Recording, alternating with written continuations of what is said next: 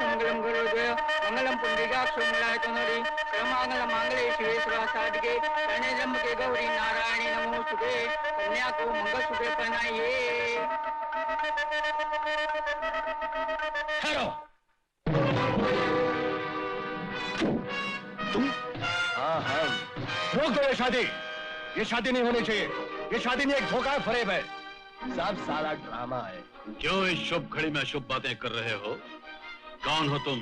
हम भी आप ही की तरह राजगिरी खानदान से ताल्लुक रखते हैं और हम यहाँ पर आपको इन धोखेबाजों से बचाने के लिए आए हैं। ना ये कोई जमींदार है और ना ही इनका कोई दीवान है।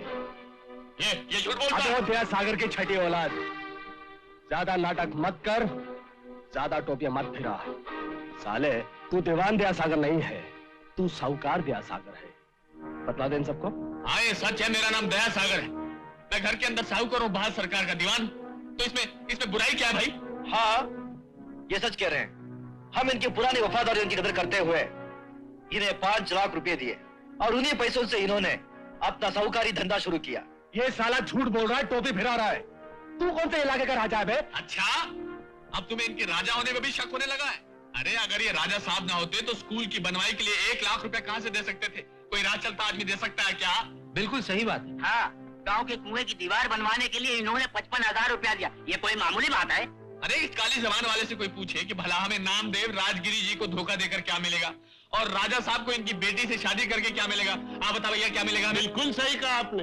ये राजा साहब महान व्यक्ति हैं, बल्कि यूँ कहिए कि ये देवता है, देवता। और ऐसे देवता को जो आप सबकी भलाई करना चाहता है, इज्जत रखना चाहता है, उनका ऐसा कमीना अपमान कर रहा है और आप खड़े तमाशा देख रहे हैं? मारो इस गद्दार कमीने को। खबरदार!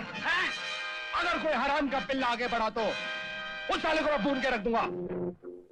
दया सागर, तुमने दया के नाम पे बहुत मेवा खाया है, अब हम खिलाते हैं तुझे मेवा। कर लो जी। तुमने उठा लो।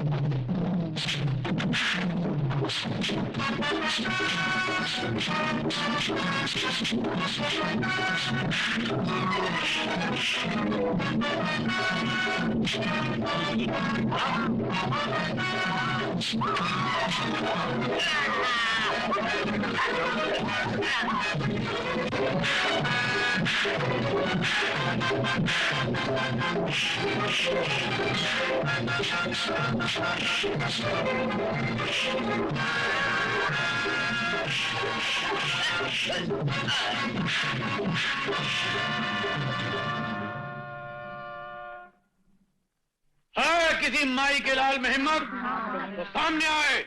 मैं इसकी गर्दन पकड़ के मुझे की तरह काट डालूंगा। राजा साहब, मैं सारे गांव वालों की तरफ से और नामदेव जी की तरफ से आपसे माफी मांगना चाहता हूँ और आपसे विनती करता हूँ कि आप लगन मंडप में आ जाइए और कन्या को मंगलसूत्र पहना दीजिए। मुझे भी बुलाइए। आप भी आइए, आइए आइए, सब लोग बैठ जाइए। हो जाओ। मांगल्ये शिवे सर्वासाधिके शरण्ये त्र्यंबके गौरी नारायणी नमोस्तुते।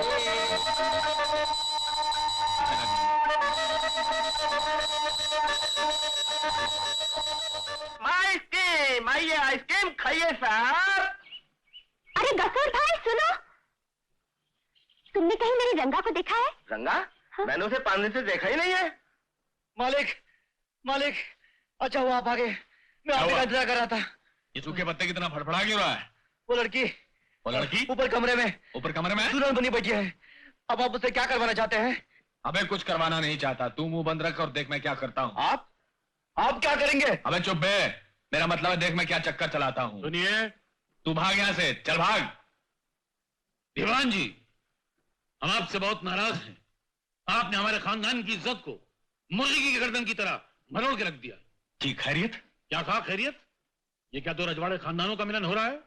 शादी की तो एक छोटे से मंदिर में, जहां तमाम मेहमान लल्लू पंजो किस्म के थे। ना कोई राजा था, ना कोई महाराजा था।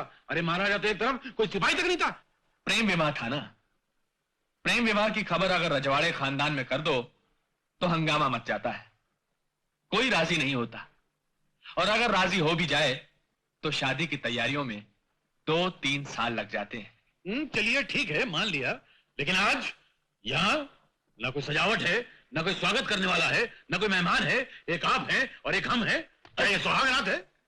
यह तिजोरीपुर खानदान की रस्म है कि शादी के बाद दूल्हा दुल्हन भले एक मकान में रहते हो, लेकिन उनकी सुहागरात 6 महीने बाद मनाई जाती है। ये तो हर रजवाड़े खानदान में होता है। और आप नामदेव जी, आपको नहीं मालूम? हमें हमें कैसे नहीं मालूम? हमारी खुद सुहागरात शादी के 1 साल बाद मनाई गई थी। अरे पागल हो गए हो क्या? जो मुंह में आ रहा है अनाप शनाप बके चले जा रहे हो। ये कभी सुना है कि शादी के बाद सुहागरात 6 महीना तक न माने? तुम चुप रहो जी, तुम्हें क्या मालूम? तुम एक मामूली छोटे से घराने की औरत हो, हम रजवाड़े खानदान के हैं। हमारे यहाँ ऐसे ही होता है। हमने अपनी आंखों से अपने बाप दादा की शादी देखी है। अब दीवान जी, तो ये जश्न आज से 6 महीने बाद मनाया जाएगा।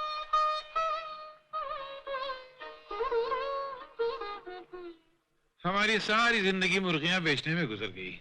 अब तक उनके परों की बदबू हमारे दिमाग में घूम रही है। ये मजे, ये आराम इस उम्र में नसीब हुए जब सर से मुर्गियां हटी और बुढ़ापा आके बैठ गया। जवानी में नसीब होती तो कुछ बदमाशियां करते, कुछ मजे करते। ये तुम क्या कर रही हो? राजगिरी खानदान की औरतें कभी जमीन पे नहीं लड़ती। उठो! तुम अपनी बकबक बंद करते हो या नहीं? मैं यही ठीक हूँ। हाँ, तुम तो जमीन पर ही ठीक रहोगी, क्योंकि तुम नौकरानियों के घराने से हो। मगर हम रजवाड़े घराने से। हम गधेले पे लेटे हैं, फिर भी ऐसे लग रहा है जैसे हमारा कुछ गायब हो गया है। क्या गायब हो गया? पुराने जमाने में राजे महाराजे अपने पास 1-2 दर्जन रखा करते थे। क्या नौकर? नौकरों का हम क्या करेंगे रानिया? तो हमारे पास 1-2 दर्जन न सही, कम से कम 5 दर्जन तो होती। बुढ़ापे में सखिया गए हो?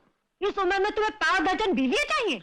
नहीं, राजघराने की मान मर्यादा के चूल्हे में लिए। क्या तुम्हारा राजघराना? और जहन्नुम में गई तुम्हारी मान मर्यादा। चुपचाप सो जाओ।